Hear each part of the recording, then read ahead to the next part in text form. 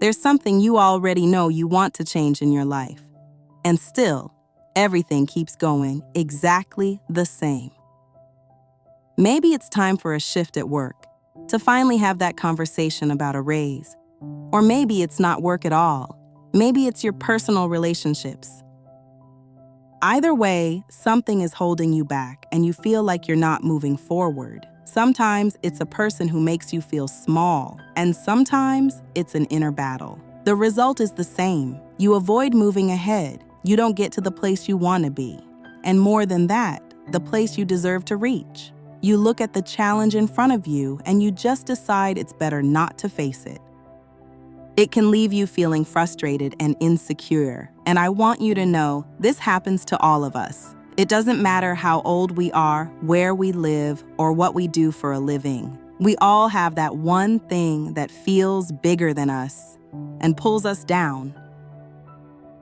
If any of this sounds like you, and I'm guessing it does because you wouldn't be here otherwise, then you're in the right place. This is the kind of video you'll want to watch all the way through, and maybe even save it so you can come back to it later or send it to someone who needs it. So what are we doing today? Today we're stepping into one of the most well-known stories in the Bible, David and Goliath, and I promise you, this isn't a children's tale. This is the kind of story that can lead to your next breakthrough. We're not just going to retell the story, we're going to get to what it's really trying to teach us. Because once you understand why David and Goliath is in the Bible, you start seeing your own giant more clearly. The challenge that keeps you stuck and stops you from reaching the place you're dreaming about. In this video, I'll break down why you, and honestly, all of us, hesitate when it's time to face the thing in front of us. And most importantly, I'll give you practical tools based on how David approached Goliath that you can use whenever you're up against something big. I promise you, you are capable of facing the big things in your life. And even if you don't know how yet, by the end of this video, the picture will feel a lot clearer. You're going to walk away with a new perspective, practical tools you can actually use, and a clearer sense of what your next step should be. So before we dive in, I want to invite you to think of one thing in your life, one challenge that, right now, feels bigger than you. Something that if it moved out of the way, your life would look completely different. Hold on to that in your mind, because in a moment, you'll see how to start changing it. Now I want us to step into the story of David and Goliath, a young boy facing a giant who looks impossible to defeat. This story is told in 1 Samuel chapter 17. Saul is the king of Israel, and for quite some time, the kingdom has been caught in repeated wars against the Philistines. Our story begins as the two sides, the Israelites and the Philistines, move closer toward each other. Each army takes its position on opposite sides, with the valley of Elah stretching between them. Some say both sides were worn out from years of fighting, and still, they all understood this was the moment for the big, decisive battle, the one that was supposed to end a war that had been going on for far too long. And as the army of Israel takes its position, the soldiers see a massive, threatening man step out from the other side. Goliath.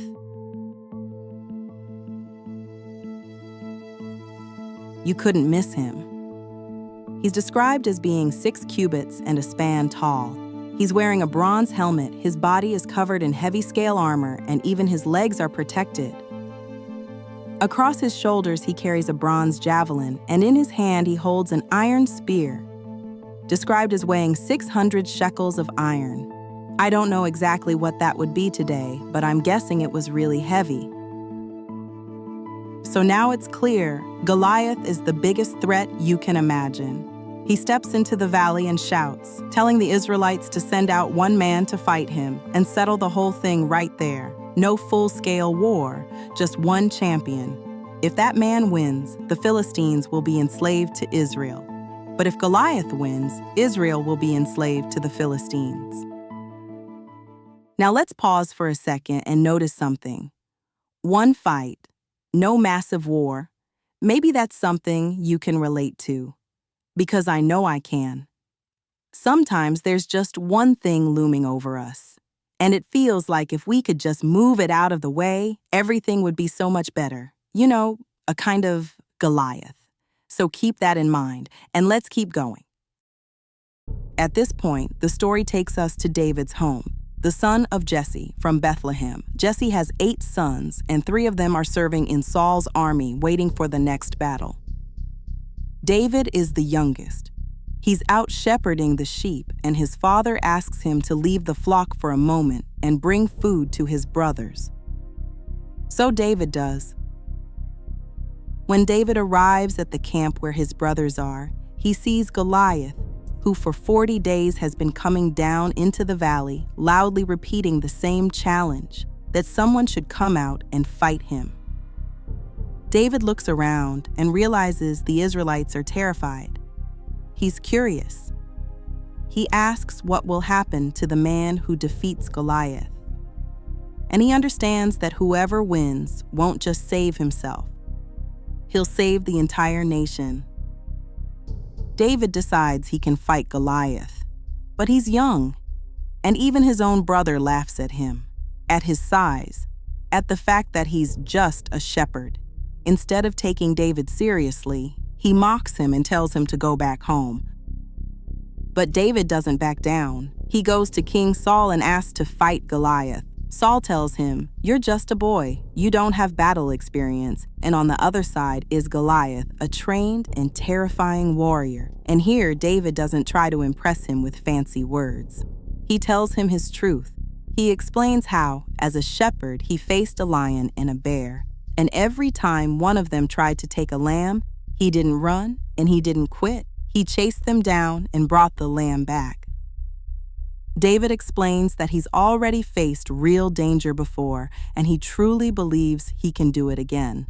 Saul listens and decides to let him try. He tells his servants to dress David in armor and protective gear. But once David is covered from head to toe, he can barely walk. It's just too heavy. David decides to take it all off and go as he is, in his own clothes. He walks over to the river and chooses 5 smooth stones to use in the fight. He puts them in his bag, along with his sling, and he walks forward with real confidence, grounded in his faith. When he reaches the valley, Goliath looks at him and laughs. He asks if David thinks he's some kind of dog, coming at him with sticks and stones. And then he threatens him, saying he'll leave him as food for the birds of the air. David answers that he's coming in the power of God. He tells him he's going to strike him down, cut off his head, and that Goliath's body will be the one left for the birds. He makes it clear the victory won't come through a sword or a spear, but through faith, and that after this fight, everyone will know there is a God in Israel. And with that, the 2 of them step into the battle. Goliath starts moving toward David. David pulls out a stone, swings his sling, and sends it flying, straight into Goliath's forehead. Goliath collapses to the ground. David runs up, takes Goliath's own sword, and cuts off his head so everyone can see the fight is over. The Philistines see what happened, panic, and run. Now let's identify the giant in your own life. I want us to go deeper into this story, and most importantly, bring it into our lives today. Goliath, tall, powerful, and intimidating, shows up in the valley for 40 days, and every single day he shouts at the other side, provoking them. He doesn't fight, he doesn't throw his spear, and honestly, he doesn't physically hurt anyone, but he does something far more effective. He gets into everyone's head. Over and over, he repeats the message that no one stands a chance against him. And after all those days, no one even dares to fight him. It's not like the other side has no weapons or no battle experience, but fear makes them believe the fight is lost before it even starts. That's exactly what the Goliath in our lives looks like: intimidating, uncomfortable to face. His words repeat in our head and we react accordingly. And your Goliath doesn't have to be an actual person, like a boss at work. It can also be a situation you're afraid of, a meeting at work, a presentation you have to give, or for some of us, even checking our bank account. We all have thoughts that repeat themselves, and we can all feel that threat, whether it's internal or external. A lot of the time, the Goliath in our life is something that's simply there, our limiting beliefs. And the more we think about it, the more we replay its message in our head, the more vulnerable we become. And we start looking for a corner to hide in instead of stepping out and facing it. So what does that actually mean? If you want to move forward, and I know there's a place you want to get to, the first thing you need to do is identify the Goliath in your life. You know it's not that everything in your life is falling apart. Most things are fine. It's just that there's one thing you want to shift. And you don't need to change your whole life for that. Take a second and name what you're really up against, and I want to guide you through a quick exercise. You don't need to write anything down. You can do it in your head. Just answer this. What's the one thing you've been dodging lately? What do you keep pushing off again and again because it feels overwhelming? The thing you know, if it shifted, you'd feel lighter, more free, and more at peace. Don't overthink it or make a long list. The first thing that comes to mind is perfect. Maybe it's a conversation about money, telling someone their behavior isn't okay, or being afraid to apply for a role that's bigger than the one you have now. Whatever popped into your head first, that's the first thing to focus on. Right now, that's your Goliath. And you don't need to do anything about it yet. No battle plan, no big brave moment, just give it a name. And why does that one label matter? Because you can't fight everything at once. You need a starting point, and recognizing the Goliath in your life is a big moment. It's no longer you versus total chaos. It's you versus one specific thing, something that's probably really significant, but also something you can face. It's exactly like the story. There are two armies. There's a war. But in the end, everything comes down to one figure standing there right in the middle of the valley. And the moment you know what your Goliath is, you can start finding ways to face it. One more thing I want to tell you. You're not starting from zero. Remember how David came to King Saul and told him he had already beaten the lion and the bear? Well, let me tell you something. You've already collected wins in your life too. Sure, like David, you might not have specific experience with this next big thing, but you do have strengths, knowledge, and good qualities that can carry you forward.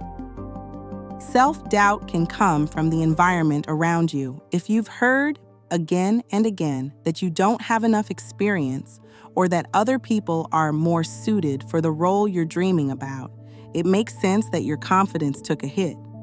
And that's normal. But notice what David does. He doesn't try to pretend he's someone else.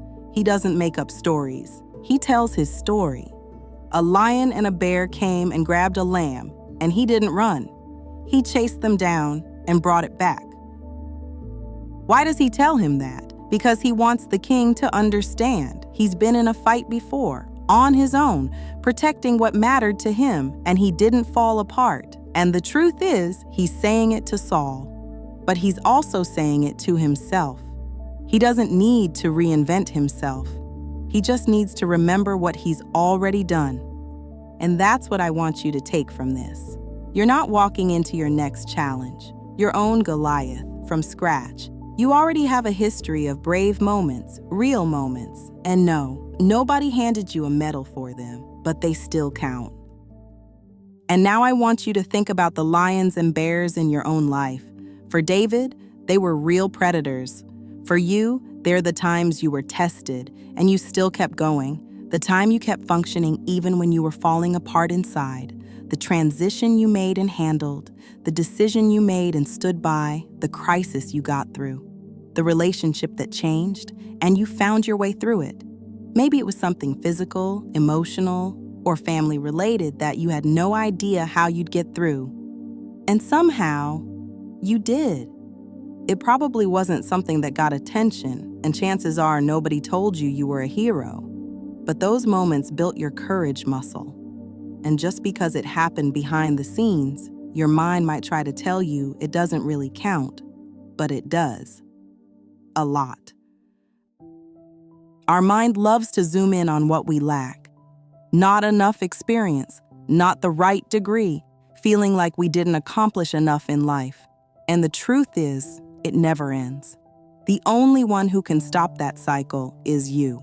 So this is the moment to ask yourself, where have you already shown what you're made of? What strengths have gotten you through before? And where is your David moment? It's like a mental reset, telling yourself, yes, maybe I haven't faced this exact challenge before, but I have gotten through hard things, and I can overcome my Goliath too. I want to suggest a quick exercise. For this, you just need one moment of honesty with yourself. Ask yourself, was there a time in your life that felt scary, confusing, maybe even as heavy as what you're facing right now? And did you still make it through? Again, it doesn't have to be the exact same situation. It can be any moment where you were scared, you didn't know what was coming next, you didn't know how you'd keep going, and still you moved forward. Did you find that moment? Good. That's your lion and bear moment. That's it. Don't overanalyze it. You don't need to get into all the details. Just do one thing. Remember that you've been in situations where you didn't know how you'd handle them, and you still did. From here on, this is what leads you. You're going to face the Goliath in your life. And instead of focusing on weakness, lack of experience, or fear, I want you to remind yourself that you've already gotten through hard things. You've already beaten your lion and bear. You're not starting from zero. This isn't small, and it's not just symbolic. This is real strength, because the moment you recognize your strengths, you stop living from a place of I can't, and you step into I can. You step into someone who's capable, steady, and ready to face what's in front of you. You don't need to pretend. You don't need to put on armor that was never meant for you. You need to use the tools you already have, the ones that are truly yours. And when I say tools, I mean it. Remember how King Saul had David dressed in armor that wasn't his? He couldn't even move in it. And that's not surprising. A lot of the time, we go looking for solutions we think should work for us just because we've seen other people use them. But the truth is, you already have what you need. David lets go of the warrior look, the heavy helmet, the metal armor, the impressive sword. Instead, he chooses to face the big, intimidating thing in front of him, Goliath, in the way he actually knows. He takes off the protection that isn't his. And instead, he picks up a sling, a few stones he chose carefully, and his staff. And yes, he walks in with deep faith, but it's faith alongside tools he knows inside and out. Now the question is, what is your armor? And what are your tools? If you're not an aggressive person, you won't suddenly speak in a harsh, tough tone. If you're sensitive, pretending you don't care won't work for you, and staying quiet when you actually want to speak, that won't move you forward either. All the advice you may have gotten, all the voices telling you to change, to act differently, to be someone you're not, put it aside. Instead of wearing someone else's armor, be like David. Find your strengths, the stones you already know, the sling you know how to use, and move forward with those. Because when you wear armor that isn't yours, you lose touch with who you are. You stop showing your real strengths. You get caught up in how other people see you instead of what you actually want to say and do. And that can be exhausting. Only when you put yourself at the center and the qualities that make you you can you face whatever comes with confidence. And now I want to suggest an important step. This is the time to make a change, not by yelling it out loud, not by burning everything down and declaring, "This is who I am now. Deal with it." That's not realistic, and it won't get you results. I'm inviting you to take a different approach, something gentle but powerful that moves you forward. Take off the armor that isn't yours and use the tools you already have. Think about your strengths, the experience you already have at work, with people, and in your relationships. And now start using them in a way that moves you forward. Use what you already have. When you speak up, ask the question, share what you think, send your resume for a role you want, whatever it is. Remember, David took off the armor he was handed, but he didn't walk in unprepared. He chose what worked for him, the stones he trusted, and the sling that felt natural in his hands. And you have your own strengths too. You just need to remember them and bring them back to the front. Yes, our mind tends to focus on the negatives, but real change starts when you combine two things, something you already have, and one small step you're willing to take with it. And that brings us to the next thing, courage. Because in the story of David and Goliath, David wasn't fearless, but he was willing to face his fear. He had the courage to step forward, bring what he had, and stand in front of the thing everyone else was terrified of. People laughed at him. Goliath laughed at him and belittled him. And still, David didn't stop. He didn't wait for the perfect moment. He didn't stall. He just ran forward. David's courage isn't the kind that comes without fear. The threat is real. The danger is real. And of course, the words and presence of everyone around him don't help. But his inner decision was this. He wasn't going to let fear run his life. He kept moving with his values, his faith, and the abilities he trusted. What I'm saying is, you can't wait for the moment you feel ready, because that moment will probably never come. What actually moves you forward is changing the way you think. Instead of saying, when I stop being afraid, then I'll do step 1, 2, 3, you tell yourself, yes, I'm scared. Yes, this feels threatening. And still, I'm taking what I have and I'm moving forward. Let's make this practical. Think about your Goliath and ask yourself, what's one thing you can do right now in the next few hours to move it forward? It could be calling someone, setting up a meeting, sending a message, asking a professional question, getting clarification, taking initiative. The list is endless. But this is an important step. See these actions as your stones. And I'm telling you, you've done this before. Your first step can be small, and that's exactly why it works. Remember, David defeated Goliath with one stone, one decisive move. And I don't want to brush off this moment because it matters. I know there's a lot happening behind the scenes, outside voices, and especially your own inner voice telling you won't succeed, that you might embarrass yourself. But honestly, you've listened to that voice before, and it hasn't moved you forward. To get past that voice, bring your focus back to what you can do, what you do have. You don't need to pretend the fear isn't there. You just need to remember that fear doesn't get to decide for you. This is your self-talk, and it can sound a little different for each person. For example, yes, I don't have the experience yet, but I can learn, and everyone starts somewhere. Or, yes, I'm scared, but look at what I could gain if I'm willing to try and change what's happening in my life right now. Let's take a moment and sum it all up. Our guests today were David and Goliath. And when we look at them, we see that David didn't start out as some kind of superhero. He was a young shepherd boy, willing to look fear in the eye. He reminded himself of the courage he'd already shown before and how he'd handled hard things in the past. Goliath was mostly terrifying. His power was in his words, in his confidence, his contempt, his intimidating appearance, and the way he could step forward and challenge the other side. Even the fact that he shouted all by itself was enough to make everyone afraid of him. From this, we can see the story of David and Goliath is not a children's tale about a boy beating a giant. It's about one person who stops letting fear run his life. He sees reality for what it is, and he's willing to face it. And now, as we wrap up, we're bringing it back to you. We talked about the fact that every one of us has a Goliath, something that scares us, and you're not alone in that. We've all had our lion and bear moments too, whether they happened when we were younger or later on. And you have your own stones, your own tools, the qualities that work in your favor.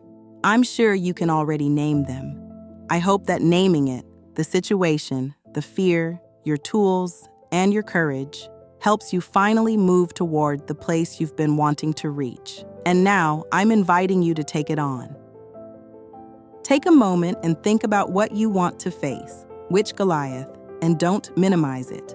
Remember the wins you've already had in your life, and now picture yourself facing this one. What tools you'll use, and how you'll use them. Ask yourself who or what your Goliath is, without downplaying it and without trying to make it seem smaller.